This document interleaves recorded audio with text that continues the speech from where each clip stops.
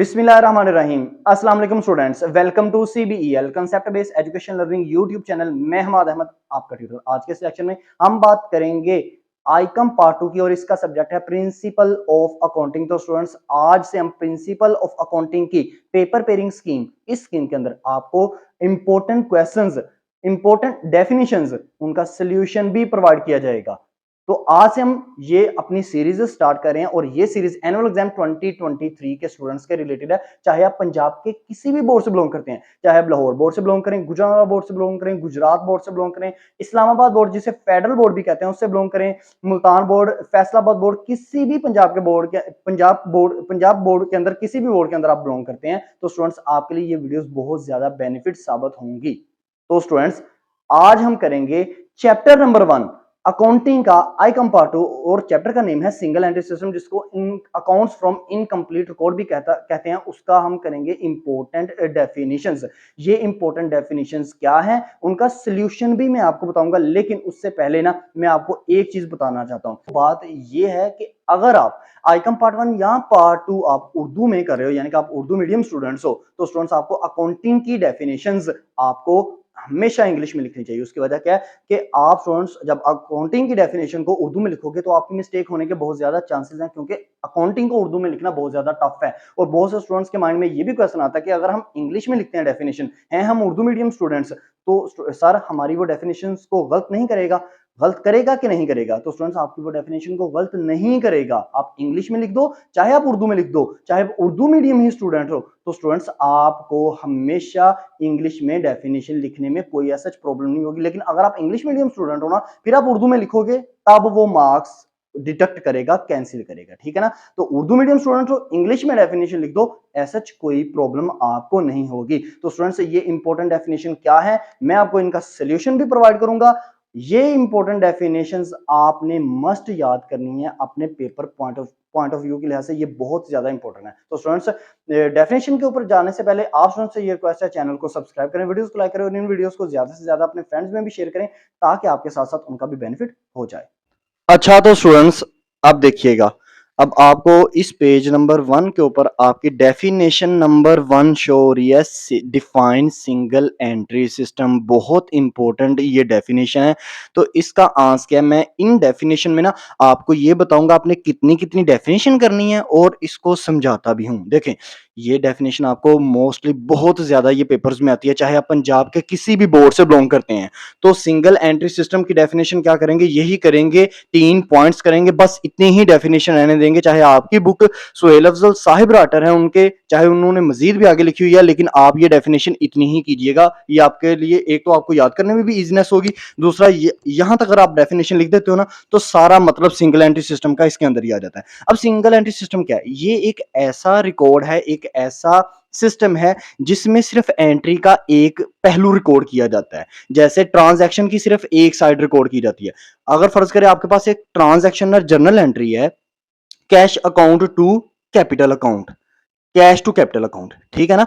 तो अगर इसकी सिर्फ एक एंट्री रिकॉर्ड की जाए, सिर्फ एक एंट्री रिकॉर्ड की जाए, ऐसे सिस्टम को कहते हैं सिंगल एंट्री सिस्टम। मिसाल के तौर पे आपको बताऊं, लेजर्स, आप लेजर्स बनाते हो ना, जर्नल से लेजर्स बनाते हो, तो हर लेजर में सिर्फ आप एक एक एंट्री की एक एक साइड लिख रहे होते हो। जैसे अगर आपने कैश टू कैपिटल, इसमें कैश का लेजर बनाना है ना, तो आपने कैपिटल लिखना है, अमाउंट कैश की लिख देनी है, ऐसा ही है ना? तो ये ऐसा सिंगल एंट्री सिस्टम एक ऐसा सिस्टम जिसमें एंट्री का सिर्फ एक हिस्सा रिकॉर्ड किया जाता है। मिसाल के तौर पर लेजर, या आप अगर हम डेली की बुक बनाएं, डेली की बुक में मींस क्या जी, एक दुकानदार है, उसने देखा कि मेरे पास कितने डेटर्स आए थे, मेरे पास कितने कस्टमर आए हैं, कितनी मेरे पास सेल हुई है, कितनी परचेज हुई है। वो एंट्री ये नहीं करता कैश टू सेल या क्रेडिट टू सेल, वो सिंपल सी एंट्री करता है, मुझे सेल इतनी हुई है, इतना मेरे पास पैसा आया, इतना मेरे से पैसा गया है।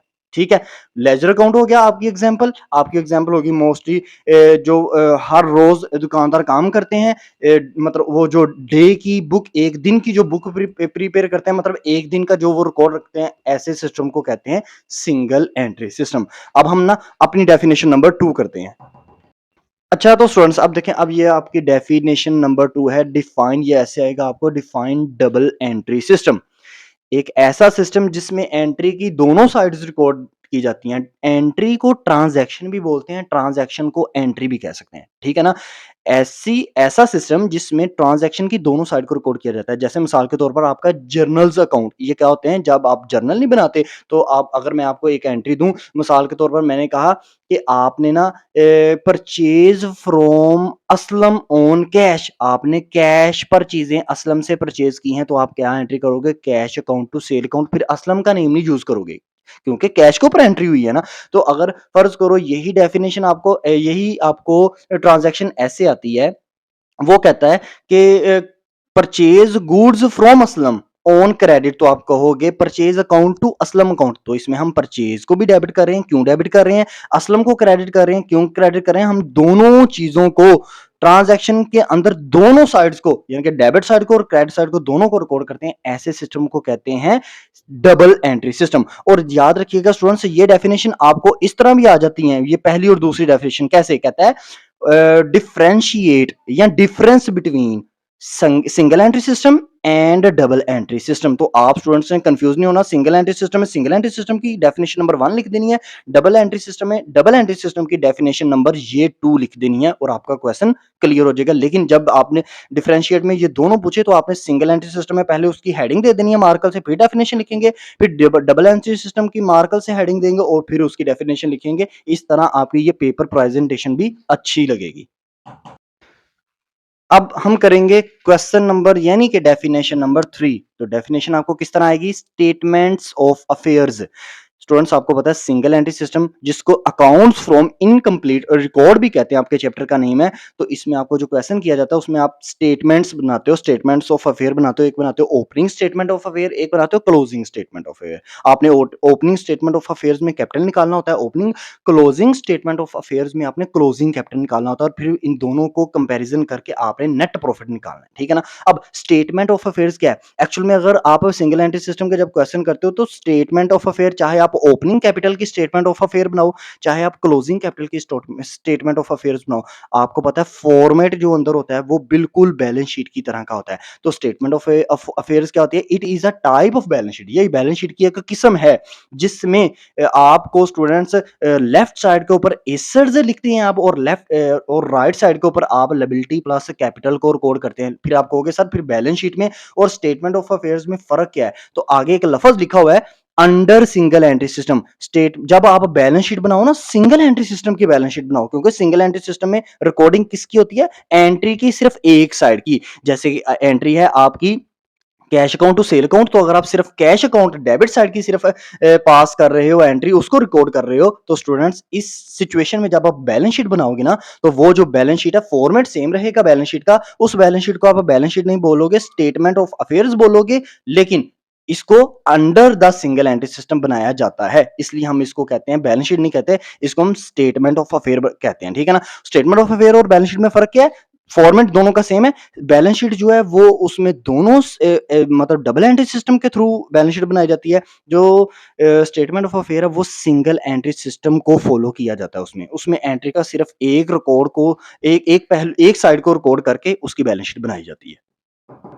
अच्छा तो स्टूडेंट्स अब देखें, अब आपकी डेफिनेशन नंबर है for increase net worth method.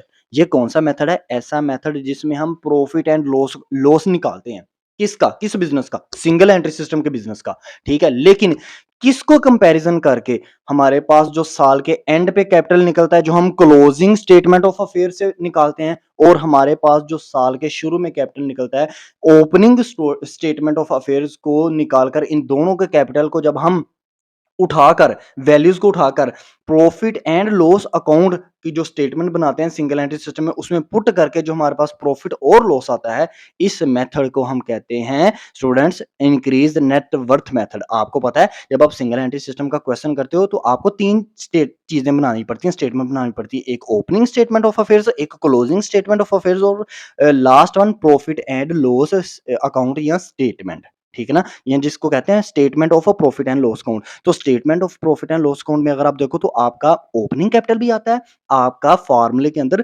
Closing capital भी आता है। तो क्लोजिंग और ओपनिंग कैपिटल से ही हम क्या निकालते हैं, उनके अंदर फार्मूलों को डिक्रीज मतलब ऐड करके या लेस करके हम क्या निकालते हैं, प्रॉफिट या लॉस निकालते हैं किसका, सिंगल एंट्री सिस्टम का। अंडर सिंगल एंट्री सिस्टम ये वर्ड आपने लाजमी एंड पे लिखना है, ठीक है ना। तो ऐसे मेथड को क्या कहते हैं, इंक्रीज नेट वर्थ मेथड।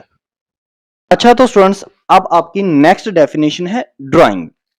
अब देखें स्टूडेंट्स, ये आपने आइकम पार्ट 1 के अंदर भी ड्राइंग की डेफिनेशन पढ़ी हुई है कि ड्राइंग किसे कहते हैं, जब बिजनेस का मालिक अपने बिजनेस में से पैसा या चीजें अपने ज़ाती इस्तेमाल के लिए निकाल लेता है, उठा लेता है, घर ले जाता है, तो ऐसी इस तरह की अमल को हम क्या कहते हैं, ड्राइंग्स कहते हैं। तो यही बिल्कुल स्टेटमेंट आपकी इंग्लिश में लिखी हुई है। तो ये सिंपल सी डेफिनेशन थी ड्राइंग की। आपको एक मैं बात बताऊँ स्टूडेंट्स, वीडियो में मैं बताना भूल गया, मैं दोबारा से आपको एक दफ़ा फिर बता देता हूँ, चाहे आप उर्दू मीडियम स्टूडेंट्स हो, चाहे आप इंग्लिश मीडियम स्टूडेंट हो। जब आप अकाउंटिंग का पेपर दे रहे हो ना, तो आप डेफिनेशन अगर आप चाहे उर्दू मीडियम मतलब उर्दू में चाहे आप आइकम पार्ट 1 या पार्ट 2 कर रहे हो ना, तो जब आप अकाउंटिंग का पेपर दो ना, तो डेफिनेशन हमेशा इंग्लिश में लिखा करो, क्योंकि इसके वर्ड इतने मुश्किल होते हैं, आपकी मिस्टेक होने के बहुत ज़्यादा चांसेस होते हैं। अक्सर स्टूडेंट्स ये सोचते हैं कि अगर हम हैं उर्दू मीडियम, हम डेफिनेशन इंग्लिश में लिख देंगे तो वो हमारी गलत कर देगा। ऐसा नहीं होता स्टूडेंट्स, आप डेफिनेशन को इंग्लिश में भी लिख सकते हो, और मैं आपको रिकमेंड यही करता हूँ कि अकाउंटिंग की डेफिनेशन को आप हमेशा इंग्लिश में लिखिएगा, चाहे आप उर्दू मीडियम स्टूडेंट्स हो। डेफिनेशन नंबर 6 क्या है, फ्रेश कैपिटल, जिसको एडिशनल कैपिटल भी कहते हैं, जिसको न्यू कैपिटल भी कहते हैं। ये आपको डेफिनेशन ऐसे भी आ सकती है, define fresh capital, define additional capital, define new capital या डिफाइन फर्दर कैपिटल। ये सारे नेम याद रखिएगा स्टूडेंट्स, नोट डाउन कर रहे हैं इनको, ठीक है ना। अब देखिए फ्रेश कैपिटल किसे कहते हैं, जब बिजनेस का मालिक ना साल के अंदर, एक साल के अंदर ये महसूस करता है, किसी भी मंथ में ये महसूस करता है कि मेरे साल में मैंने न्यू पैसा लेके आना है, मैंने चीजें लानी है बिजनेस के अंदर, नई चीजें मैंने खरीदनी है। इस अमल के लिए वो नया पैसा या इजाफी पैसा लेके आता है अपने बिजनेस के अंदर। तो स्टूडेंट्स ऐसे कैपिटल को भला क्या कहते हैं, फ्रेश कैपिटल कहते हैं, ठीक है ना। तो ये फ्रेश कैपिटल की एक सिंपल वर्ड्स में आपको मैंने डेफिनेशन बता दी। तो फ्रेश कैपिटल की जगह वो क्या नेम यूज कर सकता है, एडिशनल कैपिटल भी डिफाइन पूछ सकता है, फर्दर कैपिटल भी डिफाइन पूछ सकता है, आपको न्यू कैपिटल भी वो डिफाइन पूछ सकता है। चाहे आप किसी भी पंजाब के किसी भी बोर्ड से बिलोंग करते हो ना, तो ये आपको डेफिनेशंस इस तरह से वो नेम से वो ला सकता है। तो चाहे आप उर्दू मीडियम हो, मतलब उर्दू में आइकम कर रहे हो, तो स्टूडेंट्स आपने अकाउंटिंग में जो डेफिनेशंस कर रही हैं हमेशा इंग्लिश में कीजिएगा, आपकी मिस्टेक नहीं होगी, मैं आपको बार बार कह रहा हूं। अब देखिएगा आपकी definition number 7, opening statement of affair. ऐसी स्टेटमेंट ऑफ अफेयर, देखिए मैं आपको बार बार कह रहा हूँ student, statement of affair balance sheet को ही कहते हैं। बैलेंस शीट का दूसरा नेम है स्टेटमेंट ऑफ अफेयर, लेकिन इसको हम बैलेंस शीट क्यों नहीं कह सकते, क्योंकि ये जो बैलेंस शीट बनती है ना, ये हमेशा सिंगल एंट्री सिस्टम, एक एंट्री का सिर्फ एक हिस्सा रिकॉर्ड किया जाता है, इसलिए हम इसको क्या कहते हैं, स्टेटमेंट कहते हैं, यानी कि स्टेटमेंट ऑफ अफेयर कहते हैं, चाहे वो ओपनिंग हो चाहे वो क्लोजिंग हो। बैलेंस शीट तब इसको कहेंगे जब हम स्टूडेंट्स ट्रांजैक्शन की दोनों साइड्स को रिकॉर्ड करेंगे, ठीक है ना। अब ओपनिंग स्टेटमेंट ऑफ अफेयर ऐसी स्टेटमेंट ऑफ अफेयर जिसमें हम ओपनिंग कैपिटल निकालने के लिए उसको प्रिपेयर करते हैं, बनाते हैं under single entry system, single entry system के नीचे रहकर, सिंगल एंट्री सिस्टम के मतहत काम करके। तो इसमें आपको क्लोजिंग स्टेटमेंट ऑफ अफेयर भी वो पूछ सकता है, कैसे, वो मैंने डेफिनेशन लिखी नहीं हुई, मैं इसमें ही आपको बता दूं, तो आपने सिर्फ एक नेम यूज उसको ना चेंज करना है। वो कह सकता है define closing statement of affair. तो तब आप क्या करोगे कि इट इज प्रिपेयर, ये बनाई जाती है, ये सारी डेफिनेशन ऐसी रखनी है आपने, सिर्फ जहां पर ओपनिंग कैपिटल लिखा है वहां पर आप क्लोजिंग कैपिटल का वर्ड यूज कर दीजिएगा, तो आपकी क्लोजिंग स्टेटमेंट ऑफ अफेयर की डेफिनेशन कंप्लीट हो जाएगी। तो फिर इसमें ऐसे भी वो पूछ सकता है डिफरेंशिएट या difference between opening statement of affair और क्लोजिंग स्टेटमेंट ऑफ अफेयर, इन दोनों में डिफरेंस लिखो। तो आप ओपनिंग स्टेटमेंट ऑफ अफेयर में ओपनिंग स्टेटमेंट ऑफ अफेयर की डेफिनेशन लिखेंगे, क्लोजिंग स्टेटमेंट ऑफ अफेयर में क्लोजिंग स्टेटमेंट ऑफ अफेयर की डेफिनेशन लिखेंगे। और दोबारा से बता देता हूं, क्लोजिंग स्टेटमेंट ऑफ अफेयर में सिर्फ इस डेफिनेशन के अंदर, ओपनिंग स्टेटमेंट ऑफ अफेयर की डेफिनेशन के अंदर सिर्फ एक वर्ड उसको हटा के एक्स्ट्रा वर्ड डाल दीजिएगा, वो क्या है, वो है क्लोजिंग कैपिटल। तो आपकी क्लोजिंग स्टेटमेंट ऑफ अफेयर की डेफिनेशन प्रिपेयर हो जाएगी। और मैं साथ साथ आपको ये भी बताता जा रहा हूं कि किस किस तरह क्वेश्चन आपको पेपर में वो पूछ सकता है। अच्छा तो स्टूडेंट्स अब आपकी लास्ट डेफिनेशन है इस चैप्टर के अंदर, वो क्या है, statement of profit and loss account. आपको पता है जब आप सिंगल एंट्री सिस्टम का क्वेश्चन करते हो सबसे लास्ट में आपको यही बनानी पड़ती है, जिसमें आपने ये देखना होता है कि आपका प्रॉफिट आया या लॉस आया, तो उसको ऊपर जो आप फॉर्मेट बनाते हो वो यही बनाते हो, statement of profit and loss account, ठीक है ना। तो statement of profit and loss account ये ऐसी स्टेटमेंट है, ये इस तरह आ सकता है डिफाइन स्टेटमेंट ऑफ प्रॉफिट और लॉस अकाउंट। ये बनाई जाती है, it is prepare to find profit, या प्रॉफिट निकालने के लिए बनाई जाती है या लॉस निकालने के लिए बनाई जाती है अंडर सिंगल एंट्री सिस्टम। यानी कि हम सिंगल एंट्री सिस्टम के अंदर रह के ये फाइंड आउट करने की कोशिश करते हैं profit and loss account statement बनाकर कि हमें प्रॉफिट हुआ है या लॉस हुआ है। तो ये स्टूडेंट्स टोटल मैंने 8 डेफिनेशंस आपको बताई हैं। हाँ, वैसे हो जाती हैं 9, क्योंकि अगर आप क्लोजिंग स्टेटमेंट ऑफ अफेयर की डेफिनेशन को ऐड कर लें तो ये 9 डेफिनेशन या 8 डेफिनेशन ये मोस्ट इंपॉर्टेंट डेफिनेशन है। ये बार-बार आपके एग्जाम में रिपीट हुई हैं। तो आपने इन डेफिनेशन को कभी भी स्किप नहीं करना, चाहे आप पंजाब के किसी भी बोर्ड से बिलॉन्ग करते हैं, चाहे आप लाहौर बोर्ड से बिलॉन्ग करते हैं, चाहे आप गुजरांवाला बोर्ड से बिलॉन्ग करते हैं, गुजरात से, फैसलाबाद से, रावलपिंडी से, फेडरल बोर्ड से, किसी भी बोर्ड से आप पंजाब के अंदर बिलॉन्ग करते हैं ना, तो आपने इन डेफिनेशन को कभी भी स्किप नहीं करना। और मैंने सिंपल वर्ड्स में आपको मतलब ये लिख कर दी हैं, ठीक है ना स्टूडेंट्स।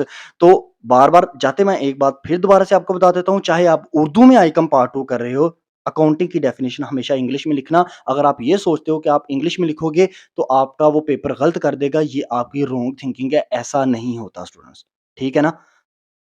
अब आपने ये देखा ये इंपॉर्टेंट डेफिनेशंस हैं 8, लेकिन मैंने आपको बताया, जैसा कि मैंने आपको बता दिया कि 9 डेफिनेशन, ओवरऑल 9 डेफिनेशन बनती हैं, तो आपने इनको अच्छे से याद करना है। जो मैंने आपको जिस इंग्लिश में जिस वर्डिंग में मैंने आपको बताया, इसी वर्डिंग को, ये सिंपलेस्ट वर्डिंग आपको बता दिया, इसको याद करें। फिर भी अगर आपको कोई प्रॉब्लम है, कोई क्यूरी है, कोई इशू है, तो कमेंट सेक्शन में आपने लाजमी पूछना है। अब तक इतना ही, अपना ख्याल रखें। आपने इस यूट्यूब चैनल का भी। अल्लाह हाफिज।